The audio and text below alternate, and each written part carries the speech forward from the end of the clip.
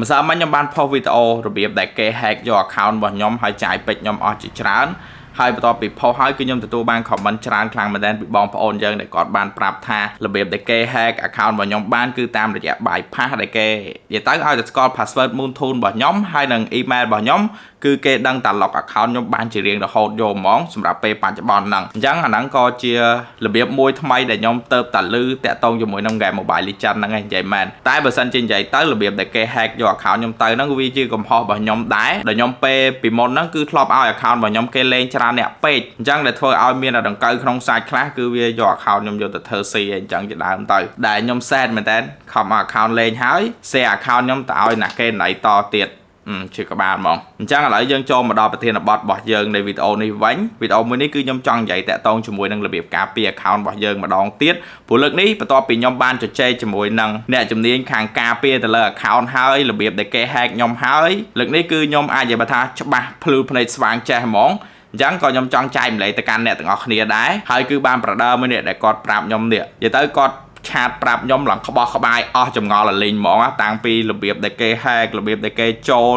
របៀបដែលខ្ញុំមានចំណុចខ្សោយកន្លែងណាគឺគាត់ប្រាប់ខ្ញុំខ្ទេចអញ្ចឹងខ្ញុំក៏ចង់ចែកម្លែកតាក់ទងជាមួយនឹងចំណេះដឹងទាំងអស់នេះទៅកាន់អ្នកទាំងអស់គ្នាដែរដើម្បីការពារ account របស់យើងកុំឲ្យគេ hack ទៅអ្នកដែលមាន account ដែលធ្លាប់គេ hack ហើយដូចជាខ្ញុំគឺអាចការពារខ្លួនបានកុំឲ្យលើក្រោយគេ hack បានទៅទៀតអញ្ចឹងចំណុចទី1គឺវាតាក់ទងជាមួយនឹងទំនុកចិត្តខ្ញុំគិតថាបើសិនជាអ្នកទាំងអស់គ្នាមាន account ហើយមានគេអ្នកដែលស្គាល់ល្ម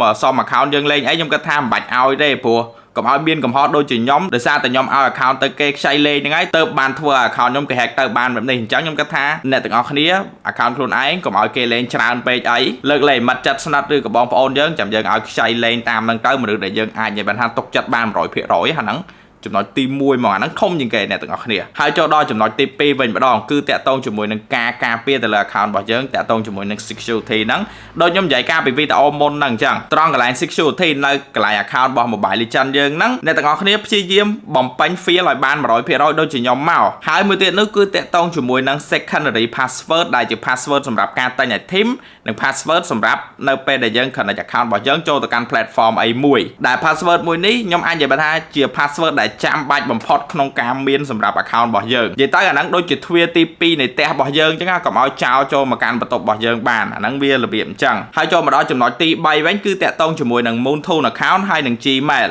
សម្រាប់ account របស់ខ្ញុំគឺគាត់បានប្រាប់ខ្ញុំថាគេចូលតាម Gmail ហើយនឹងមាន Moon Tool password របស់ខ្ញុំអញ្ចឹងត្រង់កន្លែងមួយនេះគឺវាបញ្ជាក់បាន 100% ហ្មងថាឲ្យតែគេស្គាល់ Gmail របស់យើងទោះជាអត់មាន Moon Tool របស់យើងក៏គេចូលបានដែរឲ្យស្គាល់ password Moon Tool របស់យើងអាចាស់ហ្នឹងអញ្ចឹងត្រង់កន្លែងហ្នឹងខ្ញុំគិតថាសម្រាប់អ្នកដែលធ្លាប់ត្រូវបានគេ hack កម្រិតស្រាលដូចជាខ្ញុំហ្នឹងអ្នកទាំងអស់គ្នាគួរណាស់តែដូរជាមួយនឹង email នឹងចាញ់ទៅអា email កន្លែងក្រោម Moon Tool ហ្នឹងដូចខ្ញុំដាក់រូបហ្នឹងបន្ទាប់ពីយើងដូរអាហ្នឹងហើយខ្ញុំគិតថាបើសិនជាអាចដូរ Moon Tool password មួយទៀតទៅដើម្បី make sure ជាមួយនឹង account របស់យើងគឺថា safe 100% គឺអត់មានពីណាគេចូលបានប៉ុន្តែករណីលើកលែងសម្រាប់អ្នកដែលអត់ធ្លាប់ត្រូវបានគេ hack ឬគេចូល account ដូចជា account ខ្ញុំអីទេខ្ញុំគិតថាកន្លែង Gmail កន្លែង Moon Tool កន្លែង password Moon Tool នេះហ្នឹងមិនបាច់ចាំដូរក៏បានដែរព្រោះថាអត់មានពីណាគេស្គាល់អញ្ចឹងយើងច្បាស់ខ្លួនឯងហើយថា account របស់យើង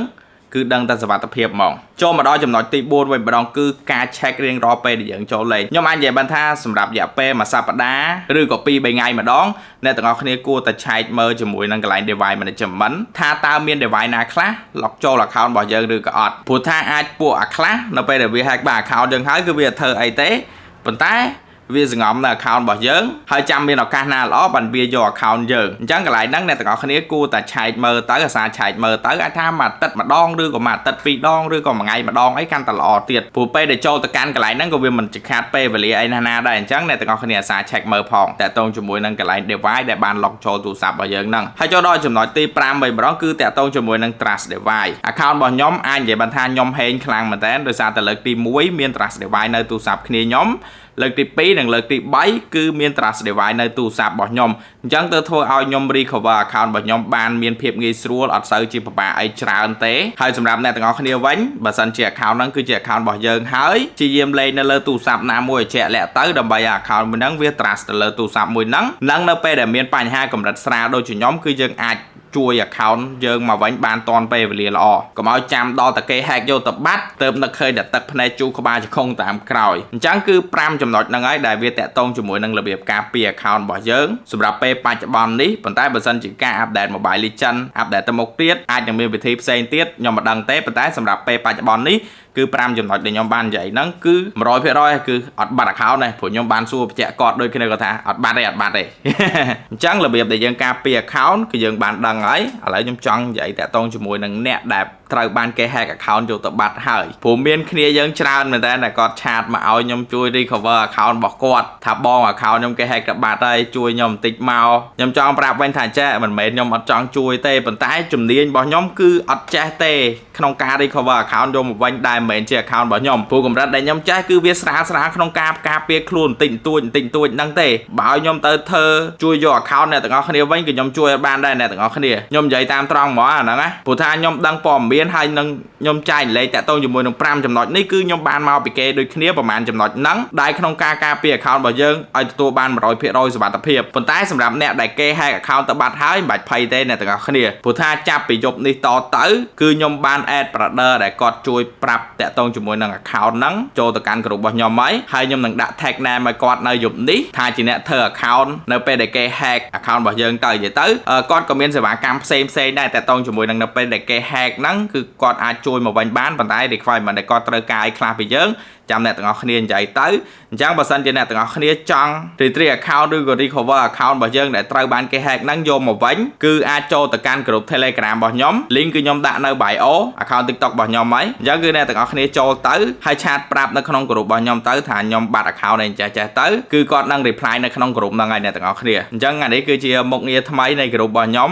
ដែលខ្ញុំបង្កើតមកដាក់នៅក្នុងក្រុមរបស់ខ្ញុំមួយនេះគឺចង់ជួយសម្រួលអ្នកដែលពួកគាត់ត្រូវបានគេ hack account គេ scam account អីទៅហ្នឹងដើម្បីពួកគាត់ទទួលបាន account មកវិញនិងសុវត្ថិភាព 100% ព្រោះដោយមិនចាំបាច់ភ័យគេ scam យើងឬក៏បោកយើងមួយសារទៀតអីចឹងទៅហើយខ្ញុំចង់បន្ថែមបន្តិចទៀតសម្រាប់អ្នកដែលចេះធ្វើ account retrieve account មកវិញ recover account មកវិញដែលពួកគាត់ចេះផ្នែកហ្នឹងហើយមានទទួលធ្វើបើសិនជាអ្នកទាំងអស់គ្នាចង់ចូលទៅកាន់ក្រុមរបស់ខ្ញុំហើយបាន tag name មួយហ្នឹងអ្នកទាំងអស់គ្នាអាចឆាតមកខ្ញុំមកចាំខ្ញុំដាក់ tag name ហ្នឹងឲ្យអ្នកទាំងអស់គ្នាដើម្បីអ្នកទាំងអស់គ្នាទី1បានប្រាក់ចំណូលហើយនឹងឲ្យ fan របស់ខ្ញុំនៅពេលដែលគេ hack account ពួកគាត់ទៅគាត់អាចយកមកវិញបានព្រោះខ្ញុំនិយាយមែន account Mobile Legends មួយទោះថាមិនសូវបុកលុយមែនប៉ុន្តែ account គឺមានអនុស្សាវរីយ៍ច្រើនខ្លាំងមែនទេអញ្ចឹងអត់ចង់ឲ្យវាបាត់បង់ទេអ្នកទាំងអស់គ្នាដល់ account ខ្ញុំអញ្ចឹងលេងតាំង2019មកដល់ឥឡូវគឺវាយូរឆ្នាំខ្លាំងមែនទេអញ្ចឹងគឺមិនចង់បាត់បង់ទេយល់អារម្មណ៍គេយល់អារម្មណ៍យើងអញ្ចឹងអ្នកទាំងអស់គ្នាកុំភ្លេចណាបើសិនជាមានបញ្ហាបាត់ account អីចូលទៅកាន់ក្រុមរបស់ខ្ញុំហើយឆាតប្រាប់នៅក្នុងក្រុមហ្នឹងទៅ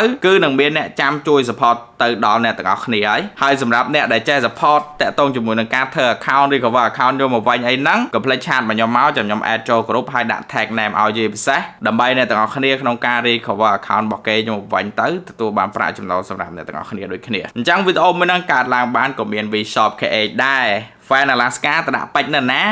V-Shop KH ដឹងនៅ Fan Alaska V-Shop KH យើង